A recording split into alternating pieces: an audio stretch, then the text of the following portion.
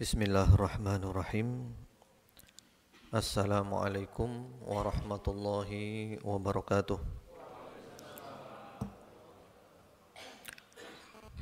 Alhamdulillahirabbil alamin. Arrahmanir rahim. Maliki yaumiddin. Wa asyhadu an la ilaha illallah wahdahu la syarika lah. Ilahul awwalin wal akhirin. Wa asyhadu anna Muhammadan abduhu wa rasuluh sadiqul wa'dil amin. Allahumma salli wa sallim wa barik ala hadan nabiyil karim wa ala alihi wa ashabihi wa man tabi'ahum bi ihsan ila yaumiddin, amma ba'd. Allahumma inna nas'aluka ilman nafi'a wa na'udzu bika min ilmin la yanfa'. Ma'asyiral muslimin, bapak-bapak, ibu-ibu sekalian rahimakumullah, wabil khusus Bapak Kapolresta Malang, Bapak Toto, yang beliau baru pulang dari haji. Mudah-mudahan Allah Subhanahu wa taala menjadikan hajinya beliau adalah haji yang mabrur, yang diterima oleh Allah Subhanahu wa taala, yang tidak ada balasan kecuali syurga Allah Subhanahu wa taala. Allahumma amin. Kemudian juga yang paling utama lagi adalah yang kami muliakan Kiai Haji Abdul Wahid Ghazali hafizahullah ta'ala. Beliau adalah sahabat saya mulai dari SMP dulu, dan beliau sekarang menjadi kiainya orang Malang. Mudah-mudahan menjadi kiai Jawa Timur dan menjadi kiai internasional insyaallah. Karena beliau alhamdulillah selalu berupaya menjadikan umat Islam ini rukun, umat Islam ini bersatu, sehingga kami semua suka dengan beliau. Istilahnya beliau ini nayamul lah, ya, itu bahasanya beliau ya, bahasa nayamul. Bapak Ibu, saudara-saudara sekalian rahimakumullah, yang lalu kita sudah berbicara tentang kematian, bahwa kita semua pasti akan mati. Kemudian yang lalu telah dibahas panjang lebar hadits sahih yang diriwayatkan oleh sahabat Al-Bara bin Azib radhiyallahu taala anhu, bagaimana perjalanan kematian orang mukmin dan orang yang fajir atau kafir, mulai dari sakaratul maut, kemudian juga fitnah kubur, nikmat kubur, dan azab kubur. InsyaAllah pada siang hari ini kita akan membahas tentang husnul khatimah dan su'ul khatimah. Husnul khatimah yaitu orang yang umurnya ditutup dengan kebaikan. Sebaliknya adalah su'ul khatimah, orang yang umurnya ditutup dengan keburukan. Kita semua pasti berharap agar supaya kita mati dalam keadaan husnul khatimah. Ini merupakan doa kita harian. Ini merupakan doa kita yang paling banyak. Sehingga saya punya majelis taklim, saya beri nama Majelis Taklim dan Dakwah Husnul Khatimah. Karena harapannya kita semua mati dalam keadaan husnul khatimah. Karena kalau orang mati husnul khatimah berarti dia sukses. Sukses. Kalau mati su'ul khatimah naudzubillah berarti gagal total. Husnul khatimah, dia mati dalam keadaan taat kepada Allah, dalam keadaan mengabdi kepada Allah Subhanahu wa taala. Yang mana disebutkan di dalam hadis yang sahih, kalau Allah itu menghendaki kebaikan kepada seorang hamba, maka di akhir umurnya hamba ini oleh Allah digiring untuk melakukan amal soleh, dan dia pun akhirnya mati dalam keadaan melakukan amal soleh. Mudah-mudahan kita termasuk golongan orang yang seperti ini. Disebutkan di dalam riwayat Musnad Imam Ahmad, At-Tirmidzi dan yang lainnya dengan sanad yang sahih, melalui jalan sahabat Anas bin Malik radhiyallahu taala anhu, Rasulullah sallallahu alaihi wasallam bersabda, "Idza aradallahu bi'abdihi khaira ista'malah." Apabila Allah menghendaki kebaikan untuk hambanya, maka Allah mempekerjakannya.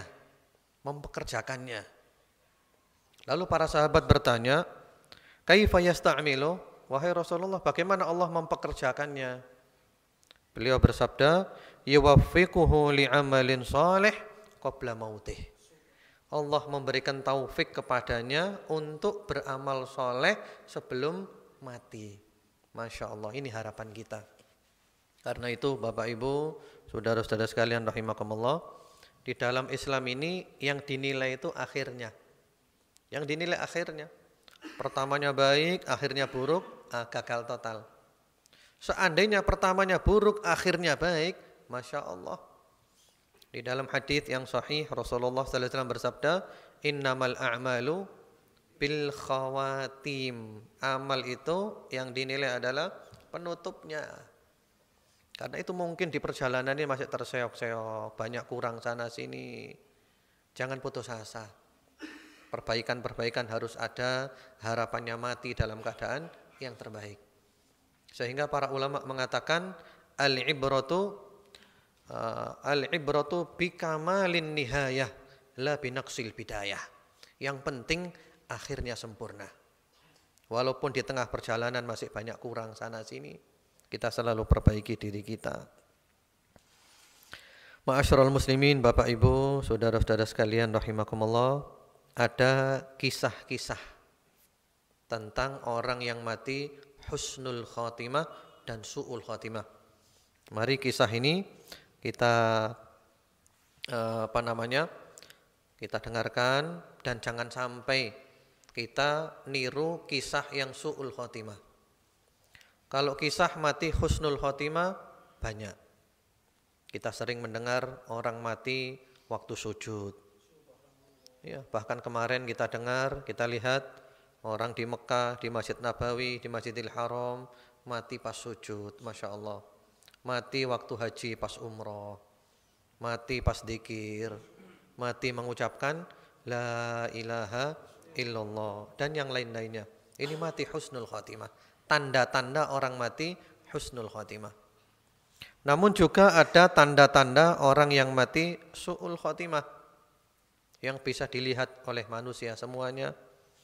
Ibnul Qayyim rahimahullahu ta'ala di dalam kitabnya Al-Jawabul Kafi membawakan cerita, ada satu orang ketika sakaratul maut, dia ditalkini, ucapkan la ilaha illallah, ucapkan la ilaha illallah, tidak mau. Dia hanya mengatakan, wa ma yughni anni wa ma a'rifu anni sallaitu lillahi salatan. Apalah artinya la ilaha illallah bagiku? Apa artinya itu bagiku? Wong sholat aja aku nggak pernah. Jadi mau mati bilang seperti itu. Buat apa itu? Wong saya sholat aja nggak pernah. Jadi ternyata mati mengucapkan la ilaha illallah nggak gampang. Karena dia ini selama hidupnya nggak pernah sholat. Atau sholatnya masih lubang-lubang. Maka ketika mau mati, mengucapkan la ilaha illallah nggak bisa, berat. Dia hanya mengatakan, apa artinya itu? Saya nggak pernah sholat, Kemudian juga Al-Hafidh Ibnu Rajab rahimahullahu ta'ala di dalam kitabnya Jami'ul Ulum wal Hikam menceritakan, ada satu orang ketika mau mati ditalkini, ucapkan la ilaha illallah, la ilaha illallah. Malah dia menjawab, huwa kafir bima taqul. Saya nggak percaya dengan itu, saya nggak percaya. Mau mati jawabannya seperti itu. Sampai mati dalam keadaan tidak mau mengucapkan la ilaha illallah. Dia mengucapkan saya enggak percaya dengan itu. Lalu dicari orang ini punya salah apa, dosanya apa. Ternyata dosanya adalah annahu mudminu khamr. Orang ini kecanduan khamr, narkoba. Jadi gara-gara berbuat dosa sampai mati pun sulit mengucapkan la ilaha illallah. Kemudian juga Al-Hafidh Ad-Dahabi di dalam kitabnya Al-Kabair menyebutkan ada orang yaitu paling senang kumpul-kumpul orang minum khamr. Jadi ada orang minum khamr, narkoba, nah dia ada di sana, duduk-duduk bersama mereka. Ketika dia sakaratul maut ditalkini ucapkan la ilaha illallah, la ilaha illallah, enggak mau. Dia malah mengucapkan isyrab wasqini, silahkan minum lagi, saya juga diberi minumnya. Mati dalam keadaan mengucapkan seperti ini. Jadi orang itu mati tergantung apa yang paling banyak dia lakukan, dibawa sampai mati. Kalau kita ahli zikir, insya Allah mati dalam keadaan zikir biidnillahi ta'ala. Kemudian juga Ibnul Qayyim menyebutkan lagi kisah satu orang yang suka nyanyi, senengannya nyanyi terus, nyanyi sampai mau mati ditalkini la ilaha illallah, la ilaha illallah. Ternyata dia nyanyi sampai mati dalam keadaan nyanyi. Allahu Akbar. Kemudian juga ada lagi orang yang hidupnya itu senengannya main sekak. Senengannya main sekak. Ini betul, ini kisah diceritakan oleh Ad-Dhahabi di kitab Al-Kabair. Jadi dia main sekak saja. Ketika mau mati ditalkini la ilaha illallah, dia hanya mengucapkan sekak, sekak, sekak. Mati mengucapkan sekak. Karena hidupnya untuk sekak. Bahkan kadang rela sholatnya diundur-undur gara-gara masih sekak. Bahkan kadang meninggalkan sholat sibuk dengan sekak. Bahkan kemarin saya baca di Twitter itu ada yang menulis, ada satu anak senengannya main Twitter, sibuk Twitteran tak sudah, mulai bangun tidur ngelilir buka Twitter. Ketika mau mati ditalkin la ilaha illallah, dia mengucapkan Twitter. Jadi mati mengucapkan seperti itu. Jadi orang kalau mau mati itu apa yang ada di dalam dirinya keluar semuanya. Na'udzubillah. Ada lagi orang yang dia itu hidupnya bisnis. Senengannya bisnis saja, dagang. Yang dipikir mulai dari pagi, siang, sore, malam, mau tidur, bangun tidur, ngelilir, yang dipikir dagang. Ketika dia mau mati ditalkini la ilaha illallah, la ilaha illallah, dia mengucapkan hadhil qit'ah rakhisah wa hadha mushtarin jayyid. Ini loh barang bagus, ini pembeli yang bagus ini. Jadi mau mati yang dikeluarkan adalah ketika dia dagang. Allahu Akbar. Bahkan mungkin Bapak Ibu sekalian rahimakumullah, di dalam kehidupan kita sehari-hari kita sering baca koran. Di sana ada berita, ya, si fulan mati di lokalisasi. Si fulan mati di pelukannya pelacur. Kita pernah baca enggak? Berarti sudah langganan itu. Itu sudah langganan. Karena kalau orang baru maksiat satu kali, insya Allah oleh Allah masih ditutupi. Maksiat sekali ditutupi oleh Allah, 2 kali ditutupi. Kalau sudah sering maksiat, dibongkar oleh Allah. Jadi mati di pelukan pelacur, masuk koran lagi. Allahu Akbar.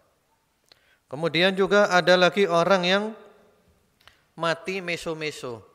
Ini ada realita, fakta. Dia suka meso-meso hidupnya, keluar kata-kata kotor. Ketika mau mati ditalkini la ilaha illallah, enggak mau. Dia meso-meso, kata-kata kotor keluar semuanya. Mati dalam keadaan seperti itu. Ada lagi yang lebih lucu, tapi menyedihkan. Ada orang suka minta uang. Kalau ketemu orang langsung gini, langsung minta uang gini. Ketika diberi uang 1.000 atau 500 rupiah, senang dia. Tapi kalau nggak diberi marah-marah. Subhanallah, ketika mau mati itu gini-gini dia, minta uang. Lalu ketika dikasih uang 1.000 rupiah, langsung mati dia. Allahu Akbar.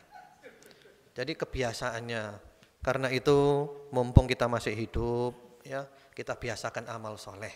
Orang kalau baik lahir batin, insya Allah sampai mati tetap istiqomah. Ini janji Allah. Yuthabbitullahu alladhina amanu bil qawli tsabiti fil hayatid dunya wa fil akhirah. Dalamnya baik, luarnya baik, termasuk ngaji. Alhamdulillah di sini ada Kiai Gus Wahid, ngaji dengan beliau. Ngaji ini perlu supaya kita dapat ilmu. Ilmu ini sangat penting. Karena orang mati su'ul khotimah ada 2 macam. Yang pertama yang paling bahaya, su'ul khotimah yang dia kekal di neraka selama-lamanya. Dia mati dalam keadaan akidahnya masih goncang, ragu-ragu. Gak percaya karo Gusti Allah. Gak percaya karo Kanjeng Nabi Muhammad SAW. Ini bahaya, mati kafir ini. Walaupun KTP-nya Islam. Nah ini obatnya harus ngaji. Ngaji ini menghilangkan syubhat di dalam sini. Kalau ragu-ragu tanya kepada kiai, bagaimana solusinya ini. Kemudian ada lagi su'ul khotimah yang di bawahnya, tapi tetap jelek. Akidahnya benar, tapi dia mati masih maksiat. belum bisa meninggalkan maksiat sampai mati belum tobat. Tapi insya Allah kalau kita istiqomah lahir batin sampai mati dijaga oleh Allah Subhanahu wa taala. Cuman yang bahaya kalau baiknya luar saja. Ada hadits riwayat Ibnu Mas'ud, ada orang selama hidupnya baik, menjelang mati berbuat buruk, mati su'ul khotimah. Disebutkan di dalam hadits yang lainnya fi ma yabdu linnas. Ternyata perbuatan baiknya selama ini itu yang tampak oleh manusia. Ya. Karena itu juga ada satu doa yang perlu sering kita baca, yaitu doanya adalah Allahumma inni as'aluka husnal khatimah wa a'udzubika min su'il khatimah. Ya Allah, hamba mohon kepadamu agar engkau mewafatkan hamba dalam keadaan husnul khatimah, penutup umur yang baik, dan hamba berlindung kepadamu ya Allah daripada mati dalam keadaan su'ul khatimah. Ini doa harian, minimal 1 kali. Semakin banyak kita baca, semakin bagus. Termasuk juga doa yang paling banyak dibaca oleh Rasulullah sallallahu alaihi wasallam adalah ya muqallibal qulub tsabbit qalbi ala dinik. Wahai Allah yang membolak-balikkan hati, tetapkan hatiku di atas agamamu. Ini dulu ceramah yang singkat, semoga bermanfaat, semoga bisa memberikan pencerahan untuk Pak Polisi. Saya sering mengatakan Pak Polisi ini atau juga ibu-ibu ini berada dalam kebaikan yang luar biasa.